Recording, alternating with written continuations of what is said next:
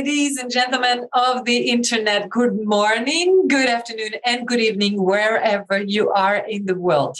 My name is Virginie Vitcz, and I'm a mentor and advisor for thought leaders, celebrities, and business women. I started a series of interviews with powerful and strong women all around the world. And today I am interviewing Irena Jakimova. She lives in Macedonia, and she's going to tell us a little bit more about yourself today. Hello, dear Virginia. Thank you so much for thinking of me while thinking of magic and strong women, for inviting me. Bonjour, merci beaucoup. It's really a pleasure to talk to you always. We've chatted a few times before. We've been following each other's careers in the past 2-3 years. So I'm really, really amazed and happy to be part of this interview today. Me too. Okay, so can you tell us a little bit more about what you are doing? You are a coach for empowerment coach for women, right? Right. Yeah. Tell us a little bit more. What do you do? Because I see you, I follow you, but the people who are looking to this maybe don't know you yet.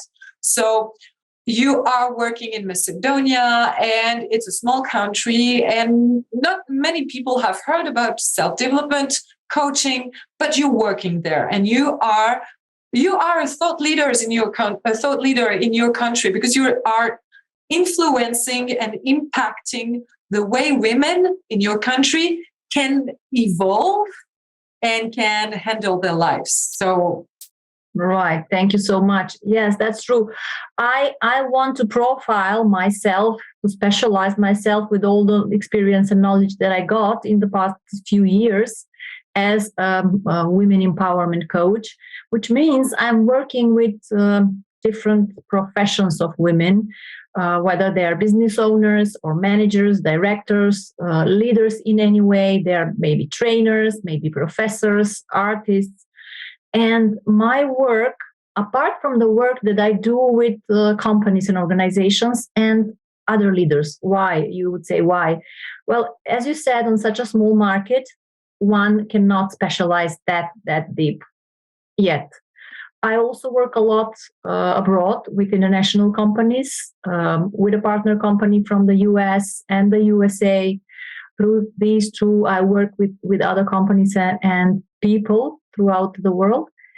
And what I'm trying and building here in my country is exactly that, to bring the latest tools, approaches in thought leadership for our women, so they really reach and live their full potential, change their way of thinking, feel their internal feminine power, do it the feminine way, reach results and goals that maybe they wouldn't have thought or dared to dream about before. I do it through one-on-one work, through live workshops, through online trainings and coaching. I create different forms of doing it, and they all give their own results. Yeah, that's great. I'm so happy that I got you on this interview. So what challenge, let's go more deeper. What challenge was the most difficult challenge you encounter in your life? And how did you manage to go back on track after that? Excellent question for women. Yeah, we all encounter many different challenges. And if I start to speak about mine, from the childhood through youth, through motherhood and entrepreneurship, there will be a lot. There will be a lot. And many times we women are not aware of the strength we have. We sort of neglect all this overcoming of challenges, right? We don't see them as success. I've had a few with my parents, with a growing young child with some difficulties in growing. And it's really a challenge. It's demanding. And also a challenge can be to grow your own business as a woman with services that are not so known and popular in the country, and overcoming it, actually moving forward, right? And how do I move forward? I worked a lot on my inner self, on my thought process, on my processing of emotions, getting into powerful states. And I have some natural tools and learned tools how to endure while it's hard, and then to exhale, relax, and find strength to move on, because I feel that life wants to express itself through me, through my work, through my dedication to the family, through my existence. This is sort of a circle how I find strength to move on. And as I said lately, just seeing and acknowledging to yourself, wow, you've done this, you overcame this, you didn't believe this, and it happened, you made it. This is a powerful tool for us women to observe and embrace the difficulties and all the overcomings we have. We embrace them even more. Any particular challenge that happened to you that you overcome, and what was the solution? Like just one. What's the most difficult thing that you had to do? Well, yeah, maybe it was not the most difficult, but let's say, let's give a practical example, like what happened in the pandemics. All of a sudden, everything stopped to work. And as a business owner, a woman, mother, and all the roles that I have, I was a bit, concerned what happened. And to fast forward it with taking actions and taking different stands, different perspectives, shifting most of my work online and creating new programs, educating myself even more through the pandemics.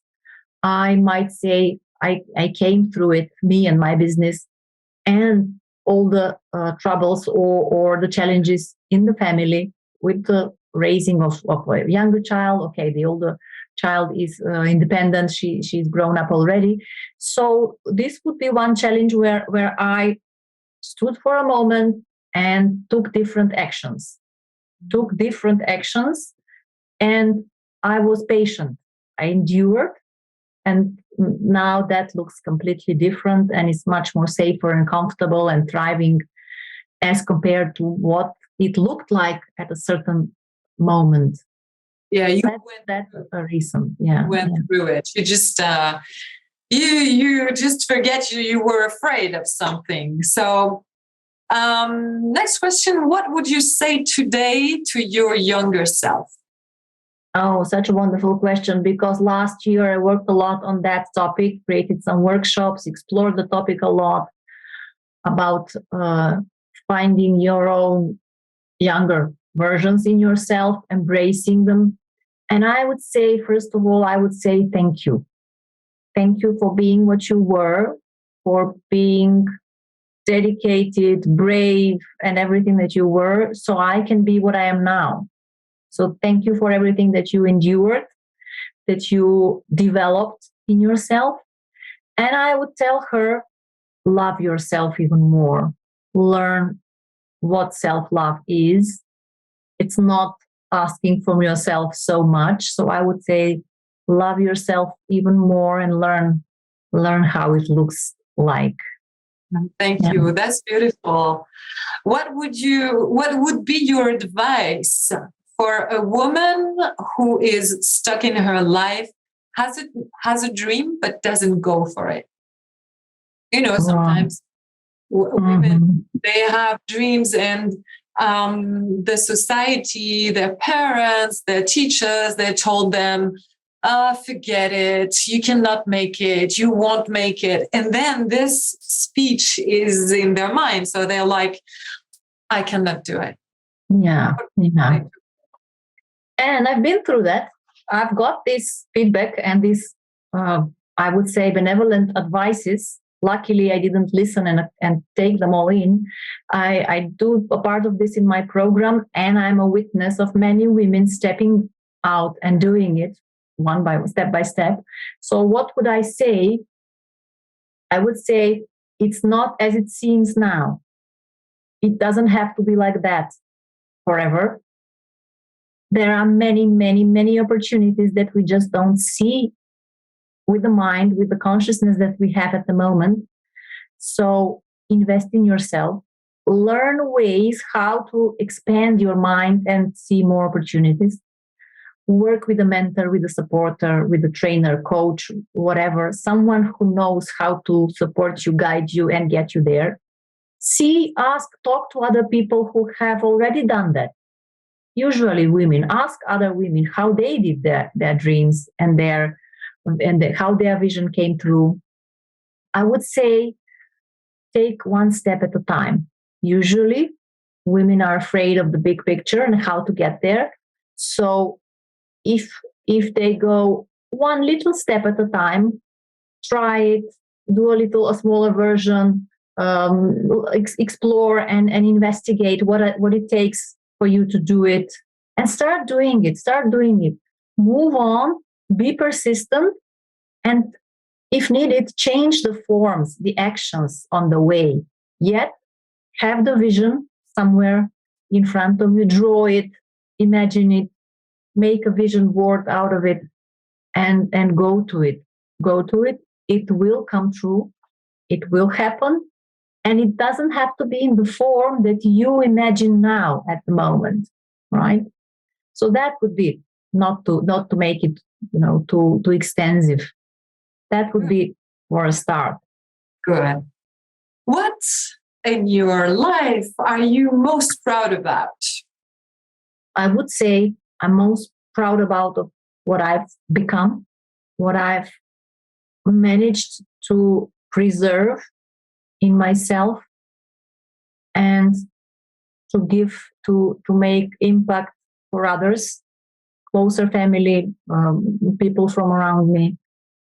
That would be, I would say, knowing many obstacles, difficulties that I have gone through, and what I've become, and the peace and the feeling of really being on my lane, on my track, without comparison, without wanting this or that, yet wanting to grow further.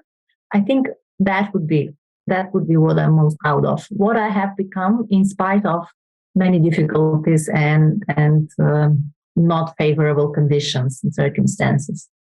Yeah, that's beautiful. I was talking to you when we start about where you're living, Macedonia, where not many people have heard about what you're doing, self-development and healing the self, healing women, and so that they can go for bigger life, bigger anything. So you can be proud. I'm proud too. What does it mean for you to be a strong woman in the third millennium? I believe we need to really redefine the term strong woman and how we women have perceived being strong so far. What do I mean by that? We've been putting on too much weight and too much pressure on ourselves, and we wanted to be successful at the same time everywhere in all our roles. And many times I would say we would imagine or call a woman strong by measuring how much she can survive, support, sustain, and suffer, right? And we would feel like heroes. The more I suffer, the more I take on my back, on my shoulders, I'm a bigger, stronger woman. That's so right. And I would like to provoke a thought and really redefine this term. Strong woman would be a woman who is faithful, is true to herself, to her values, to what she is to the world, to the family, to people around her, to closer people to her, or any people that she encounters, that she has any impact and influence over. And also, as I said, true to her values and congruent in her behavior, right?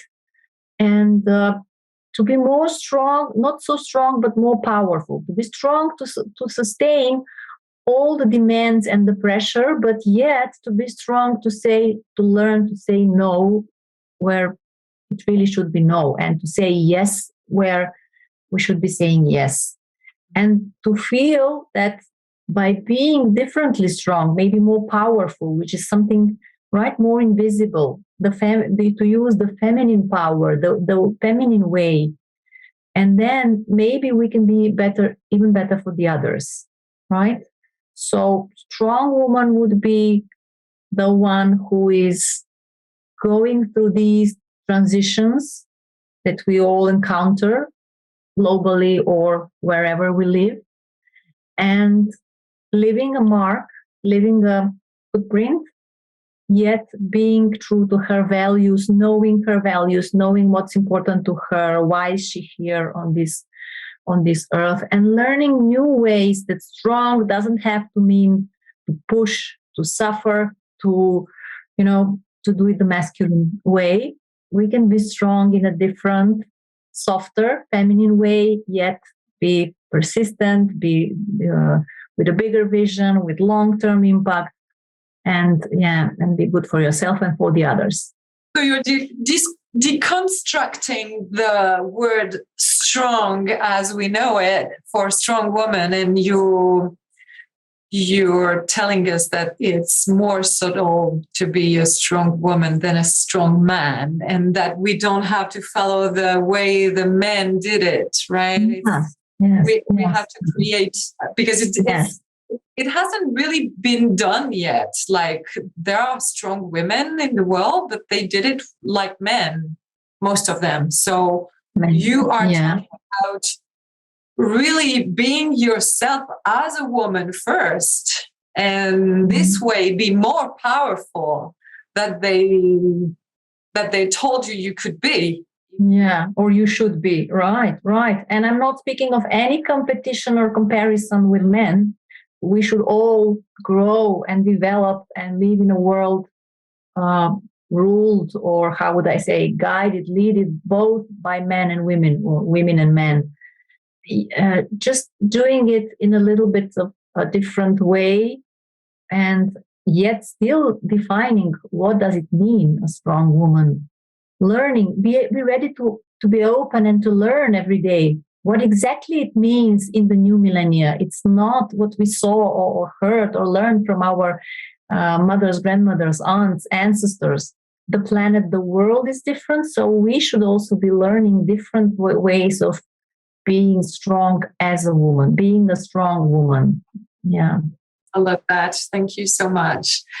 As a little girl, what did you dream about for your future life? And how close are you to this dream? Mm-hmm. Well, as you might guess, there were many dreams and desires what one should do and be when we grow up. So there were really different, all different expressions.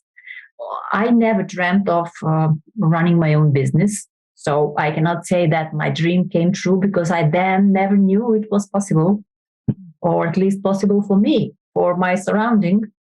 So it's just a form. Yet, if I remember, being creative, creating things out of nothing, teaching people, guiding them to explore new experiences, new things, was one of the things that I used to love, to play, to imagine that I would do. And I am doing it. Yeah, I am doing it.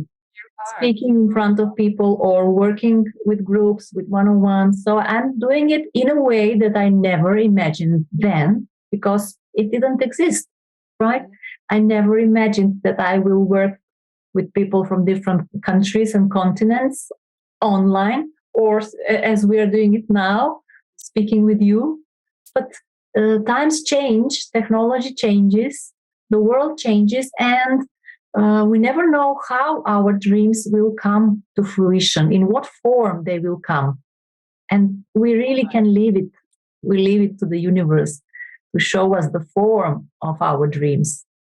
Sometimes our minds are too limited to have the image of how it's going to manifest. Yeah. Of course. Minds are limited, no information, no previous experience, no evidence seen, right?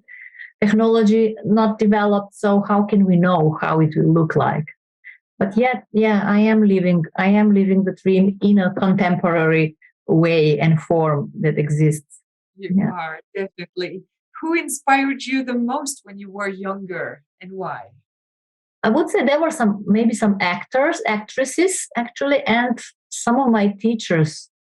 Some of my teachers in elementary school, they really inspired me to learn more, to believe more in myself, to not demand, but to expect more from me and from the circumstances and from the environment, and to love high quality of work. So, yeah, if you ask me, those were some. And books, yeah, I just remember books, heroines from books that we were reading at that time. Yeah, I was the same. I was the same. What would you say to a woman who thinks she is too young or too old to create her dream life? Sometimes women think, oh, I would love to do this, but I'm too young. I'm going to wait a little bit. Or it's the opposite. And most of the time it's the opposite. I'm too old to do that. It's not, it's not possible. What would you do? What would you say to that person? Yeah, I would say there's no such thing as age limitation. For some cases, for some projects, stories, or desires, youth can be more helpful. For some, the experience of the age can be more helpful. So whatever we have learned and attached to the age is what we learned from the society, which doesn't have to be true. And we are seeing examples, we are listening, reading examples that are really different from that what we knew so far. My example is one of those when I opened my own company and business over 40 something, right? So it's just a belief that limits us, and we should detach from that belief and really connect it to what we want to do. What we want to do and how age influences or doesn't influence that endeavor, that project, that starting of a business or whatever activity we want to start. As I said, in many cases, youth can be an advantage. In many cases, age, experience, network, previous skills can be an advantage, right? Grown-up children, right? With age, you have maybe less take care about children, for example. Or when you're young, you have different advantages. So it's just an imagined category. It's not really realistic. As I said, we need to be careful what do we compare that with. For example, I cannot now learn and become a ballerina, maybe, right? Maybe not top-notch one. So it really depends to what the dream is, to what the project is, to what the business is, to what really do we want to do it, and how we can do it our own way. Yeah. Yes. In your opinion, what are the pluses to be coached by a woman instead of a man? Yeah, such a good question. Why? Because, especially if we work with women, it's those subtle things, those nuances, those personal experiences that only we know. And a man cannot understand what I spoke, the feminine way, the feminine experiences, how our mind works a little bit differently. Many times when I work in companies, the program, You Are the One, sometimes we call it female leadership or leadership for women or female self-development, empowerment, etc. And they say, oh, why is it different than male leadership, right? So it's not that much different. Yet there are differences in how we think, how we biologically show up and exist in the world. And it's an advantage when you are as a woman, when you are coached by a woman, because we tend to know those differences and nuances, especially if we are trained to work with women. It's not the same. And if you ask me how a man also can benefit from working with a woman coach, I would say from my own experience only, of course, that they get the more sensitivity, more broader outlook, paying attention to emotions as well, right?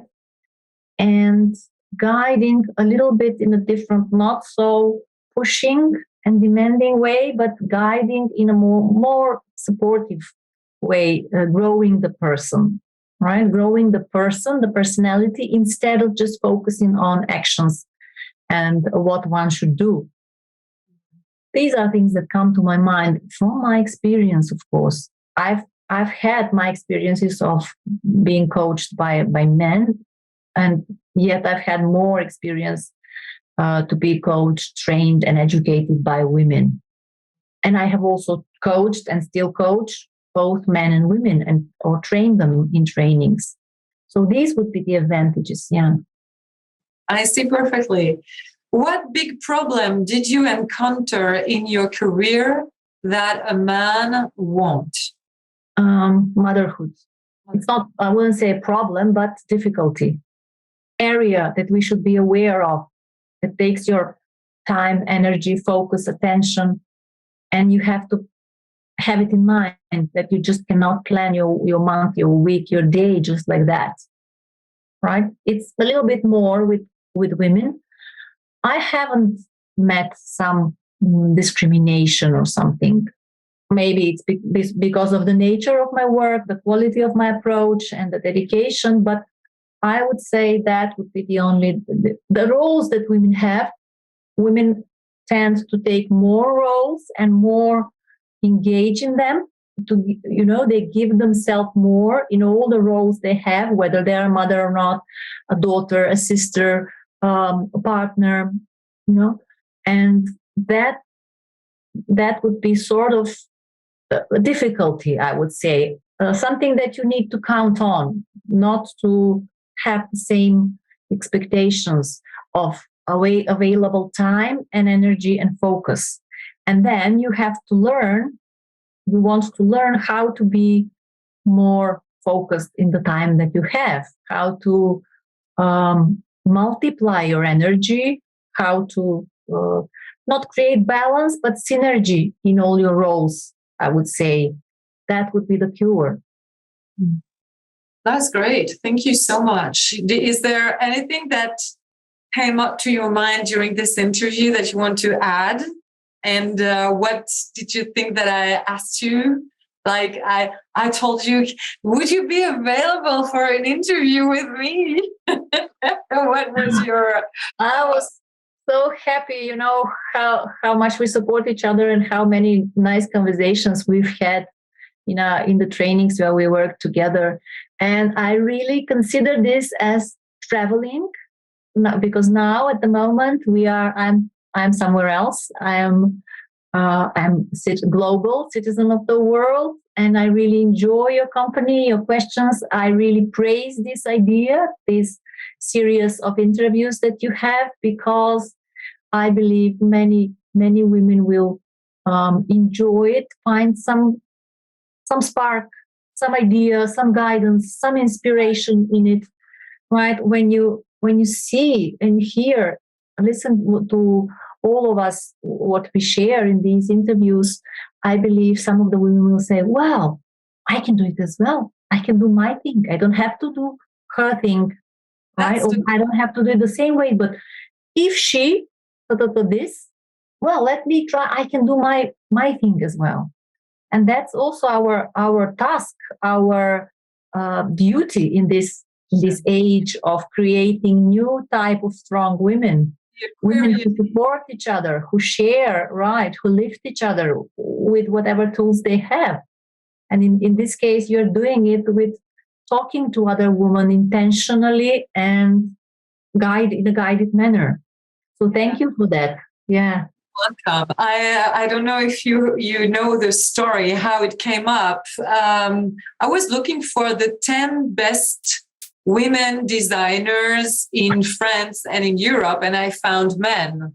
And I was looking for the 10 best surgeon in Europe and in France, and I found men. And I thought, oh my God, women are still hiding, but they don't compete, so nobody talks about them. So I'm going to compete an interview or a series of interview with the best women I know in their field. And if you're listening to us in Macedonia, go find Irena Jakimova and be coached by her, because she's just great. I mean, all this interview that we had is showing us your talent. And I'm sure that people who are coached by you can thrive after that. So thank you so much, Irena, for your time. Thank you. Your spirit and your strength and the inspiration you gave us today. Thank you so much. And thank you. And I'll see you not soon. Yeah. Great. Yeah.